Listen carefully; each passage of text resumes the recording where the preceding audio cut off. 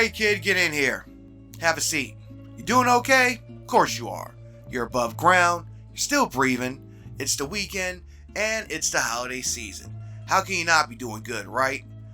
Best of all, the Don is here to bless you with another one of his videos. And right on time for the second day of Kwanzaa.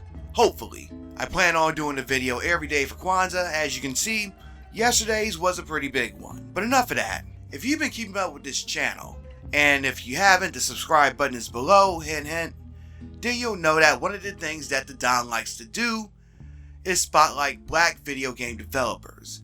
And when I say black game developers, I mean black from throughout the diaspora. That's African American, African South American, African British, African Caribbean. You get the idea.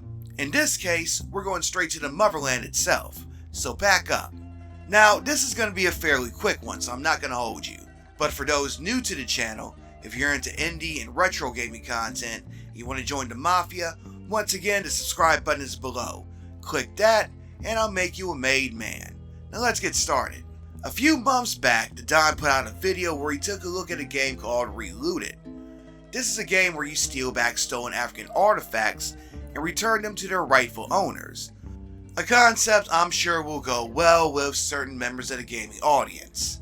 You know who I'm talking about. But enough of that. The game's developer, Nyamkop, and that's Nyamkop, I'm not sure that's how you pronounce it, but that's how you spell it. They're based out of South Africa. They had put out one other game before, and this game is a puzzle platformer called Semblance. Semblance came out in 2018, and it's set to be the first African-developed IP to launch on a Nintendo console. It was ranked by Metacritic as one of the top 100 best PC games of 2018. As of this recording, it's on sale for 99 cents as part of Steam's winter sale. I played a little over 2 hours of the game and decided to give some first impressions.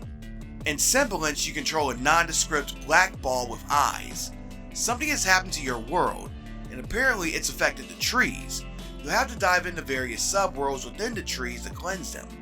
You do this by going to each world and grabbing small glowing orbs while avoiding hazards. On the surface, it seems like your typical platforming fare. However, Semblance has a unique twist to it. You see, you can deform parts of your environment by slamming against them. These are usually blocks that are in dark purple. Some you can hit from underneath to raise them up, or you can hit them from above to push them down.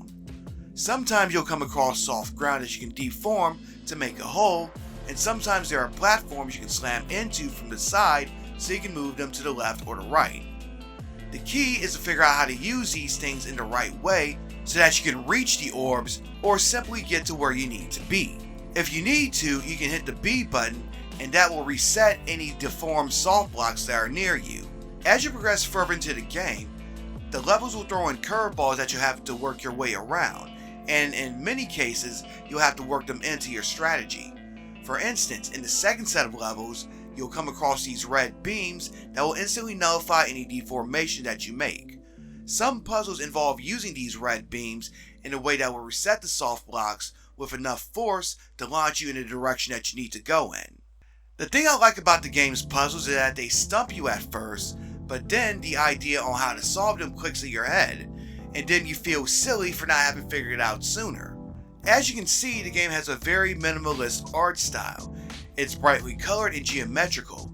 The soundtrack is this haunting, eerie melody. There's not any dialogue, but the background information is delivered by various images that you find throughout the game, so it's up to you to piece these together and interpret what happened.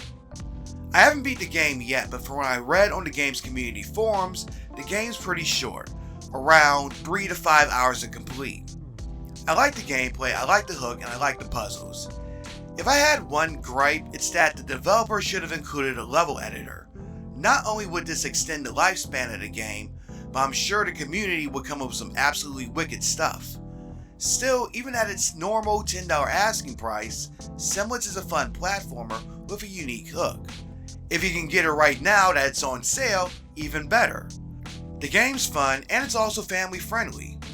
From what I played so far, it's clear that Nyamkop knows how to do different styles of gameplay, even within a similar genre. Semblance is obviously different from Relooted. And it makes me curious as to other styles of game that this developer can do.